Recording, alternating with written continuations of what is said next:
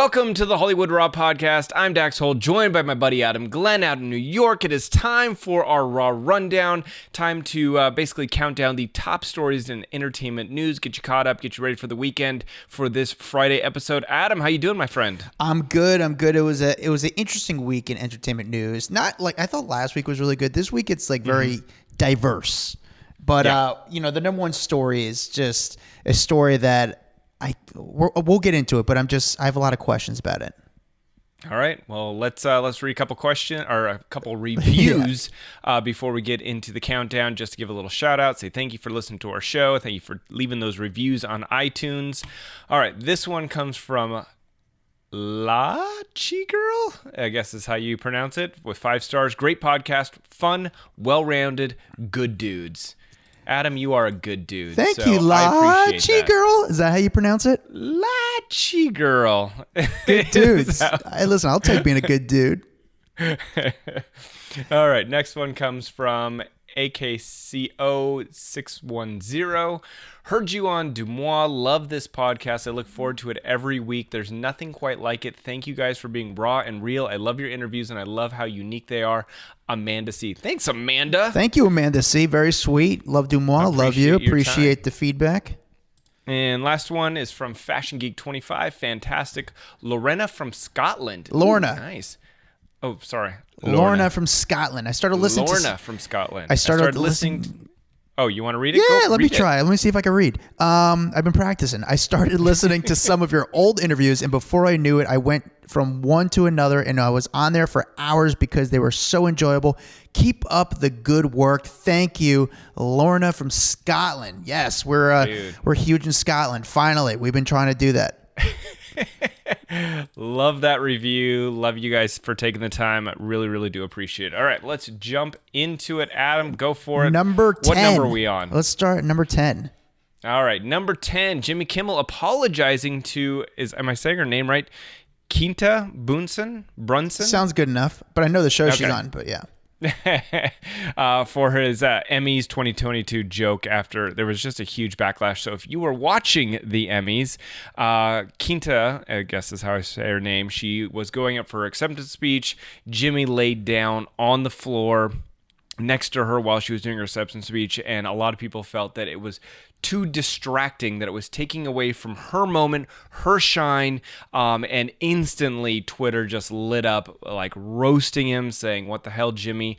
You, out of all people, should understand that this is a big moment in someone's career when they win their first Emmy, and for you to sit there and distract everyone because of your lame little joke, people were really fired up. She actually took it really well. If you're watching the telecast, she actually leaned down and said, Jimmy, wake up. I just won, and she made it fun. Well, the best part is she came on his show. So he started up his monologue on Wednesday night. She came out, interrupted his monologue, and said, and basically took over, saying that she needed to get out the things that she wasn't able to during the Emmys telecast because there's only 45 seconds. So she was going to use his show to get out the rest of her acceptance speech. And I thought, what a smart, creative way for Jimmy to apologize. Then they sat down, talked for a little bit, and he really did feel bad about the whole thing. He goes, I didn't mean for it to come off bad. I can understand why it came off bad, and I truly want to apologize because he is a big fan of her show. Yeah, I mean, Jimmy said he was, she was the first ever talk show she ever did was with Jimmy Kimmel, and Jimmy even saw the show before it came out and wrote her a note saying how much he enjoyed the show. I think he DM'd her even. Yeah. Like legit fan of her show, Abbott Elementary, and just said, hey, I'm a big fan. Come on. And so she got to be on Jimmy's show. Yeah. So, I mean, I think Jimmy meant well. It just didn't end well. He thought it was going to work. Not all jokes land. At the end of the day, not all jokes land. That joke could have been hilarious, maybe if it was even just someone else that it wasn't their first time getting an Emmy. Sure. You know what I'm saying? I get it on his end. He tried something. He thought it would work out, but it was poor timing. I think he handled it well. I think she handled it well. Fortunately, she's going to end up on his show, so it is what it is. She got some press out of it, and I feel like she had to address it because the internet kind of made such a big deal about it, which this is the one time I say the internet was nice. I understand the internet's position on this. However, it feels like it's going to work out well. Jimmy apologized. She's going on the show. And that's that. Number 9. Rosie ODonnell says that she turned down Woody Allen's role twice because she wasn't, quote unquote, under his spell. So she was on the Howard Stern show on September 12th, and she sat down and told Howard that the basically Woody Allen had courted her twice to be in some movie of his, and I'll tell you the movie here in a second, but she was like, I'm not feeling it. This was back when her talk show was huge, so 1996. She said that she got a call and from, I guess, someone in Woody Allen's camp and said he wants you to be in Sweet and Lowdown, and said, please send him my HBO special, because in her HBO special, she basically raked him over the coals, talked all kinds of crap on him, and the woman said, oh no, he's already seen it. And she then responded, okay, send it to him anyway with the two words, fuck and no, and to send it to him again. Apparently, his team didn't get the hint, called her back again and said that he really wants you to do this movie. He'd like to talk to you about it. And she said, I'm not doing it. I'm not working for him or with him, and I'm not being associated with him. And she then went on to say that Woody Allen had a lot of people under his spell, but she wasn't one of them. And keep in mind that movie, Sweet and Lowdown, starred Sean Penn, Uma Thurman, Samantha Morton, and definitely not Rosie ODonnell. Yeah, good cast. You know what, Dax? If Woody Allen called you, would you accept the role? Dude, yeah. At this point in my life, yeah, bring it on. Come on, man. No. Listen. You know, it's a hard call because, you know, like, he is one of those people that like makes movies and people still work for him. You know, like, yeah, it's a tough biggest thing. People on the planet. It's She's so been weird. Yeah, luckily for her, she didn't. It wasn't a money thing for her and her career. It wasn't a difference maker in her career, and she had the power to say no. No. I love that she said no. Yeah, I think because not a lot of people in Hollywood have the balls to say no, or have, you know, just that kind of reputation that she can go, no, I don't want it. There's so many people that would easily say, well, this could be my next big break. Of course, I'm going to work with him. Of course, I'm going to be in his movie. And I love that she said no. No, Rosie, and I heard this interview. It was a great interview with Howard Stern. She's just really cool. She gets it. Have you ever heard a bad Howard Stern interview? Be honest. You want to be honest? In the past few years, I feel like it hasn't been as great, because it's not how the Howard I grew up on. You know? Okay. Yeah. I would say that he even made me like people that I don't like. Yeah, but you know what the thing is? The people that go on the show now, not Rosie, because Rosie was on years ago, but like he's getting some stars now who they wouldn't go on the show 15 years ago, and now they're saying, oh, I did Howard Stern, but it's not as crazy as it once was 15 years ago. And I miss that kind of, you know, when he was asking pretty intense questions. Like, it was just more fun. It was more, now it's a little bit more tamed, and it's an hour and a half, and it's a lot. I'm going to give someone, if you want an interview that I think might impress you, a lot of people don't like Anne Hathaway, myself included. I just feel like she's got a snooty personality and whatever. I listened to that episode. He interviewed her, and I fell in love with her. And I was like, God damn it, Howard Stern, why are you making me love Anne Hathaway? And it was a great interview. So if you would like to check it out, and I think you know what I'm saying. All Sounds right, good. Number 8. Number 8, Bethany Frankel. She is going on the crusade to basically stop people from using photo filters. She says it is basically outright lying.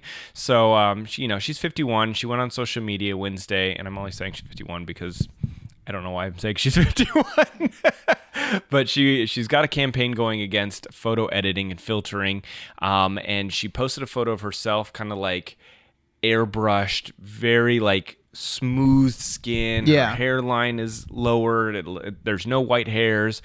And then she posted next to the photo of it untouched.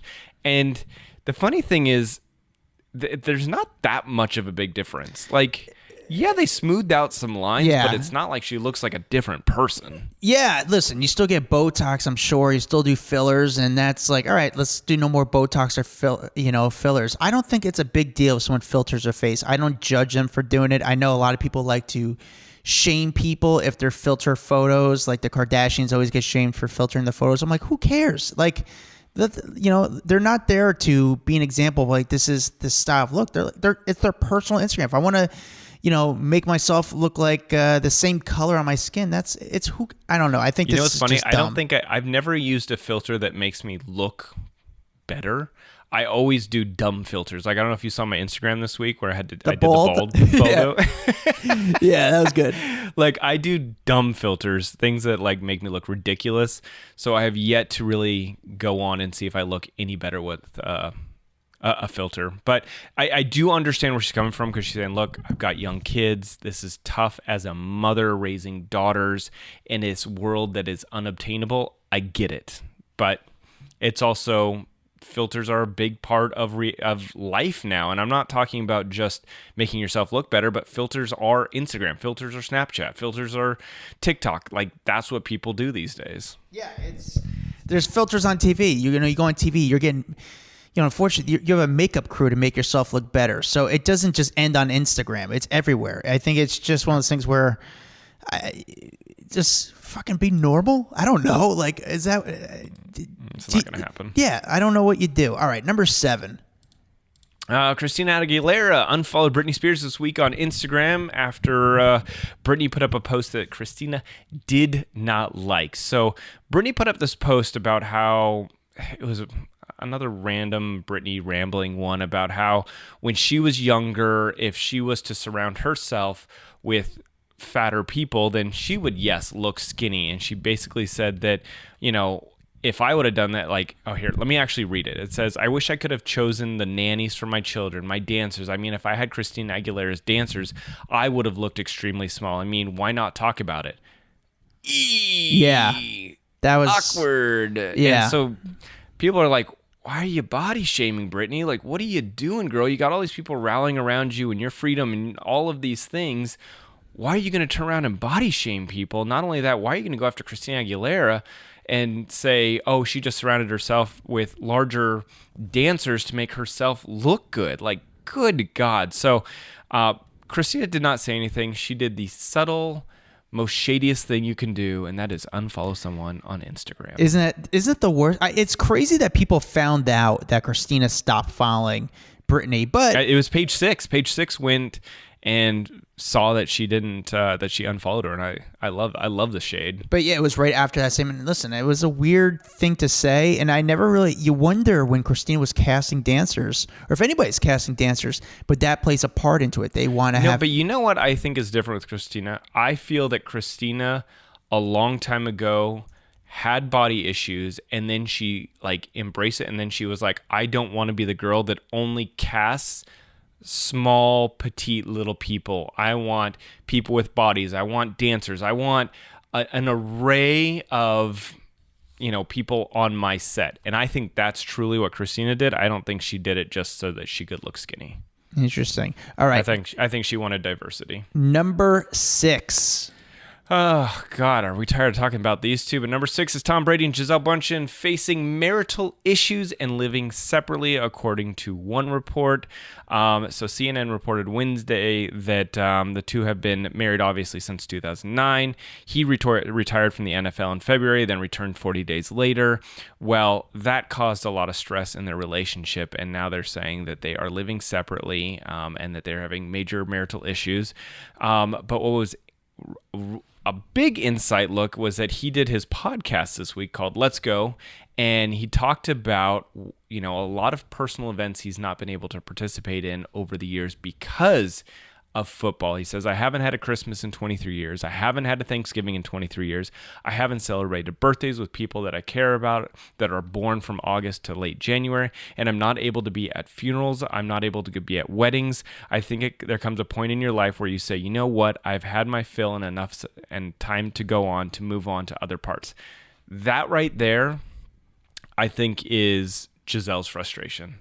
And I think they probably do have a lot of marital issues because he's gone. When football starts up, the guy is nowhere to be found. You know what I'm saying? Except on a football field, and that's probably extremely frustrating for her. Yeah, I want to know who the leak is that's leaking all this stuff in their circle, because this is stuff that's usually heavily guarded. I mean, it's pretty interesting. But, you know what? This is who Tom Brady is. He's, obsessed with football. He's obsessed with, it's just, he's just the type of guy he is. So you kind of know what you're getting yourself into.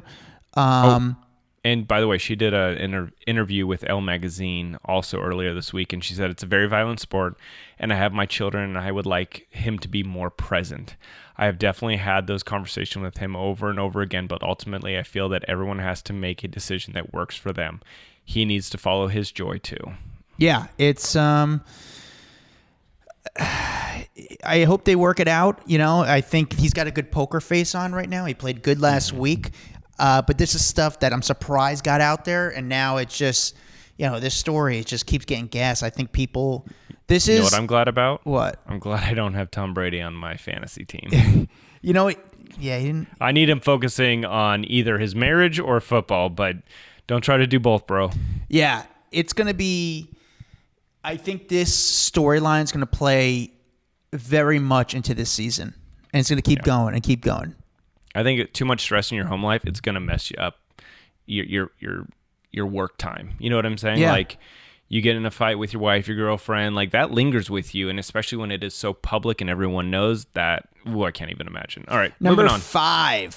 Number 5, Pitch Perfect star Brittany Snow and her husband, the OC, selling the OC, Tyler Stranaland, I think is how you say it. Stanaland.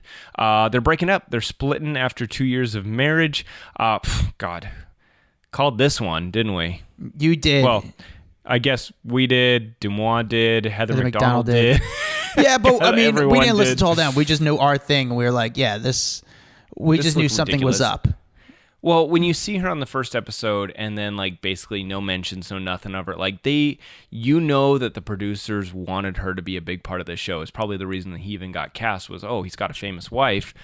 Hell yeah, we want him on the show and we want to feature her. And she was on the first episode and then not anymore. And then there's scenes where he's like flirting with his cast members. There's like basically skinny dipping in the water, like all kinds of stuff. Well, clearly this marriage was set for a disastrous end, and so now we find out that they are breaking up. So not a shocker at all. Yeah, sad. I mean, it's just it is what it is. It sucks, but it's something that we kind of saw coming just based on his new show. All right, number 4. R. Kelly found guilty of multiple counts of child porn and enticement, I guess is that. So R. Kelly faced 13 counts for his allegedly conspired to falsify material and pay off victims in a previous case. This is a big freaking deal, guys. This is a Chicago very big jurors deal. on Wednesday convicted him on multiple counts. Basically, he's already serving a 30-year sentence in New York after he was convicted in 2001 of sexually abusing young fans. He was found guilty on 3 counts of child pornography and 3 counts of child enticement. There was 13 total charges, including obstructing of justice by paying off a minor victim and witnesses in the Chicago case back in 2002, producing and receiving child pornography and coercing minors into engaging in illegal sexual activity. So, the prosecutor in this basically got up and said, ladies and gentlemen, what R. Kelly wanted was to have sex with young girls. Ugh, so gross, dude. Yeah. The jury began deliberating on Tuesday after watching portions of an explicit video in which one of Kelly's abusers said she was 14 at the time that it was recorded. And if you remember back in 2008, he was acquitted of 21 counts of child porn after he allegedly conspired to falsify material, pay off the victims, and other witnesses in the case. So he basically got away with it once. Not getting away with this time. They are throwing him away for a very, very long time. Yeah, you're. I hate to say this, but I don't think anybody's going to see R. Kelly again. But you know what's weird? Why with R. Kelly do they still play his music on the radio? Because it was fucking dope. No. But Michael Jackson went through a time where no one wanted to play his music, and then it eventually came back. But there was that weird point, remember when Wade Robson came out and they did that documentary about Michael and all of the alleged things that he did, and people started boycotting Michael music. Where's the boycotts for R. Kelly shit? The dude's a nasty man. So I met R. Kelly 6 years ago. I think I met R. Kelly, and it was weird. I met him on the street. He was with his people. He's a big guy. First of all, he's a big guy. He always had an entourage, and he had to. I was a setup shot, and he had to record a few lines for me. And he basically, I gave him the paper, but on the paper, he did have to mention something about the court case and the accusations. Why were you doing a setup shot with R. Kelly? We were recording for a show at the time. Oh, so it wasn't like a pop-up interview on the street. No, he was going to do. Okay. So I was able to get it, and I knew the publicist, and he had to say 5 lines. He'd be like, basically, he had to say a few lines. His line was I'm from Chicago and I ball, I could fly.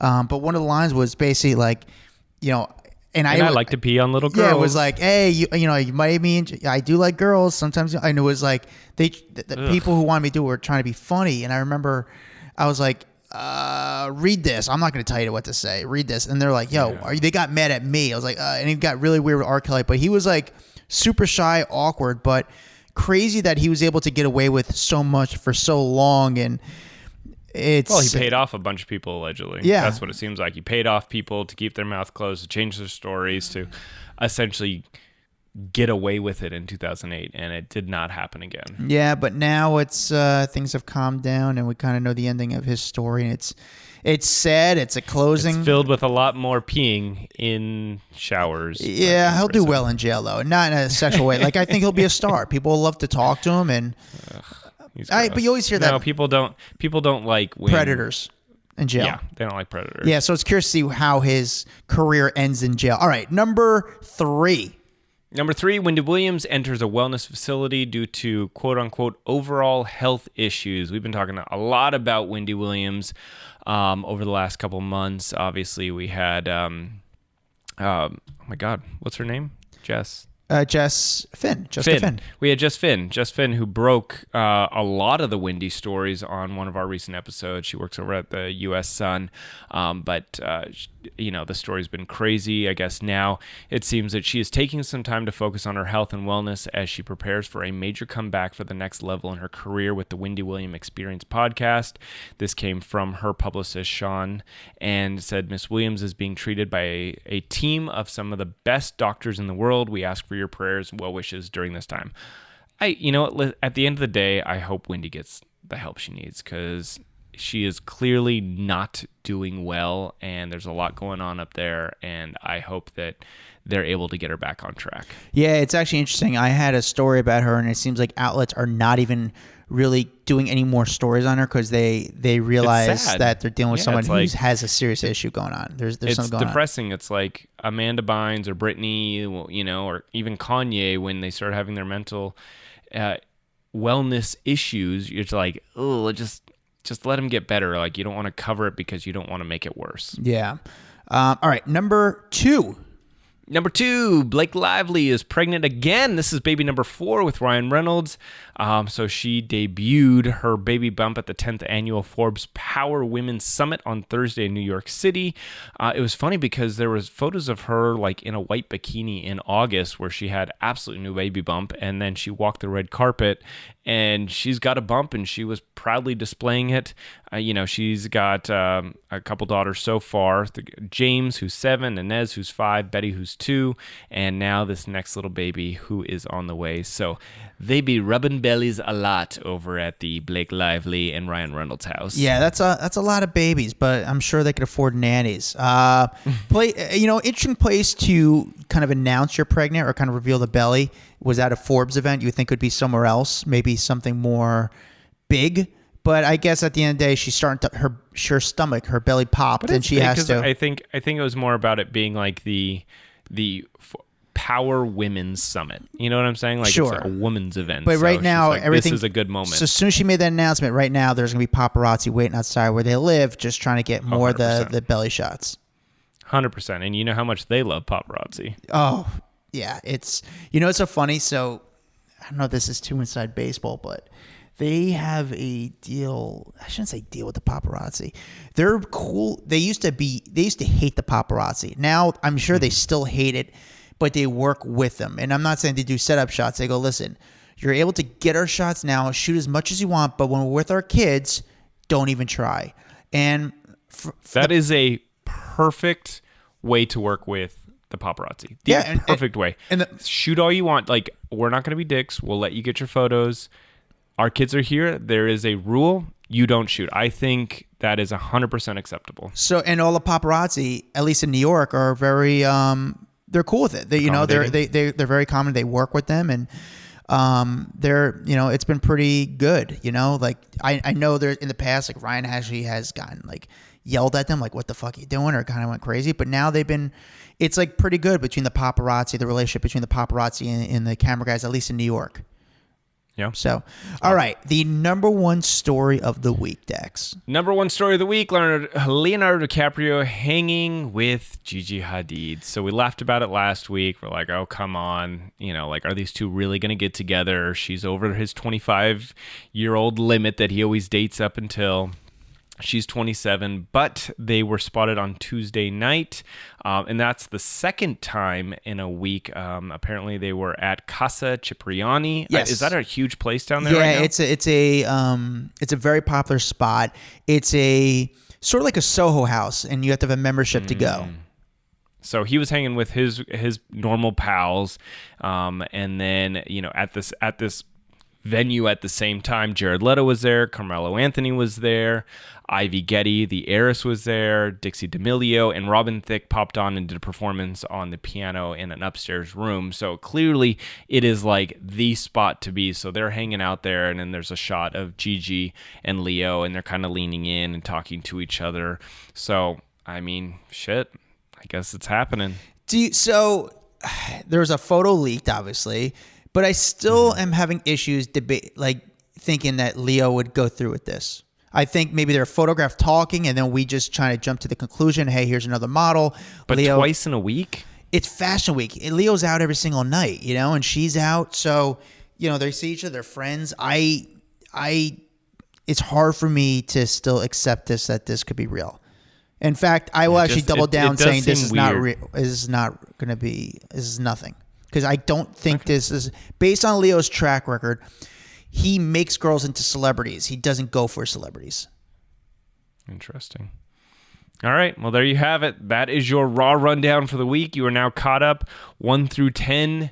You know all the greatest things that have happened in entertainment news for this week. We are here every Friday with the Raw rundown. And obviously, if you guys have a chance, head on over, follow us on social media. We have the Hollywood Raw Pod on IG. We've got a Facebook, Instagram, Twitter, TikTok. We've got all the social media platforms covered. And then obviously Facebook is blowing up with our private Facebook group. If you find Hollywood Raw, then go and find Off the Record, which is our private Facebook group that you have to be accepted into.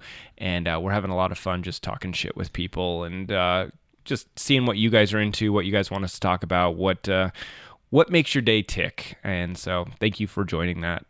Yes, follow me at Adam Glynn. Follow Dax Holt at Dax Holt.